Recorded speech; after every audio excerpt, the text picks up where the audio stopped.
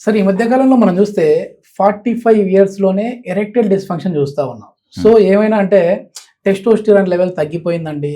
కాబట్టి మీకు ఈ ప్రాబ్లమ్ వస్తుంది. త్వరగా ఔట్ అవ్వడం కావచ్చు, అసలు ఆ మూడ్సే రాకపోవడం కావచ్చు, వచ్చినా చాలా డిలేగా ఉంటుంది. నాకీ లేజీగా ఉంటుంది అని అంటుంటారు.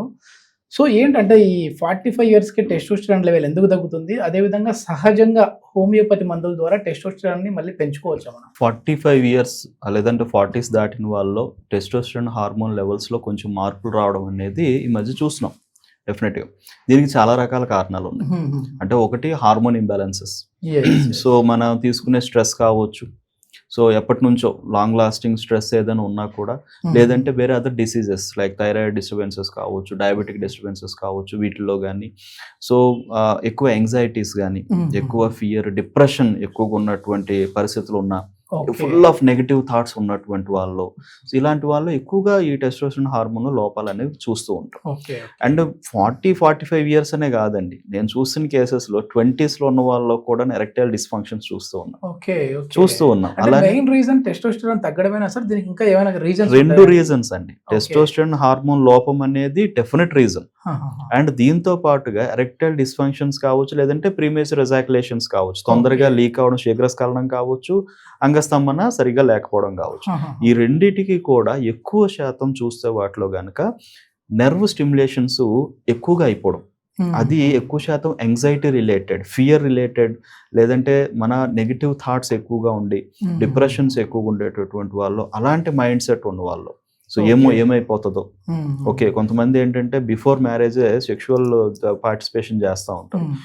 వాళ్ళలో చాలా విపరీతమైనటువంటి భయము, యాంగ్జైటీ ఓకే. ఉంటది. ఒకటి తెలిసిపోతదనో, లేదంటే అసలు చేయగలమో లేదో, ఓకే. ఓకే. పొరపాటున పార్ట్నర్ నుంచి ఏం చేయలేకపోయాం అనేటటువంటి ఒక స్పందన వచ్చిందంటే వీళ్ళు లోపల ఇంటర్నల్‌గా ఇన్ఫీరియారిటీ డెవలప్ అయిపోతుంది. ఓకే. సో, మనం ఓకే. ఏం చేయలేము ఇంకా. ఆహా! ఓకే. మళ్ళీ నేను ఇంక అంతేనేమో నా జీవితాంతం. రేపొద్దున మ్యారేజ్ అయినాక నా పరిస్థితి ఏంటి? ఇలాంటి నెగెటివ్ థాట్స్ విపరీతంగా మైండ్‌లో ఎక్కువగా అబ్జార్బ్ అయిపోతాయి. ఓకే. సో, వీటి వల్ల ఏంటంటే అవి ఇప్పుడు నేచురల్‌గా ఎక్కువగా విపరీతమైన నెగెటివ్ థాట్స్ మైండ్ మీద పడేటప్పుడు అది బ్రెయిన్‌లో ఉండే న్యూరో ట్రాన్స్‌మిటర్‌ని డిస్టర్బ్ చేస్తది.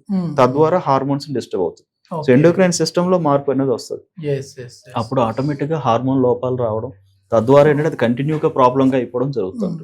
సో, వాళ్ళకి కౌన్సెలింగ్ అవసరం, మెడికేషన్ అవసరం. హోమియోపతి అనేది డెఫినిట్‌గా ఇలాంటి కండిషన్స్ నుంచి బయటకు తీసుకురావడం చేస్తది. ఓకే. నేచురల్ విధానంలోనే.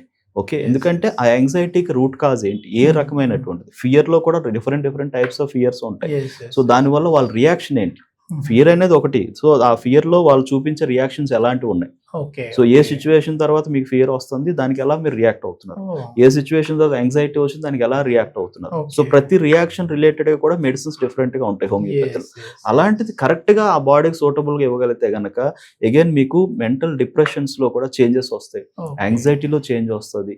ఫియర్‌లో చేంజ్ వస్తది. అవి కంట్రోల్ అవుతున్నప్పుడు హార్మోన్స్ ఆటోమేటిక్‌గా కంట్రోల్ అవ్వడం జరుగుతది. బాడీ అనేది కరెక్ట్‌గా రియాక్ట్ అవ్వడం జరుగుతది. ఎరెక్షన్స్ బెటర్ అవుతాయి. ప్రీమెచ్యూర్ ఎజాక్యులేషన్ కంట్రోల్ అయిపోతుంది. Oh! Okay. Yeah! Thank you sir. Thank you. Thank you.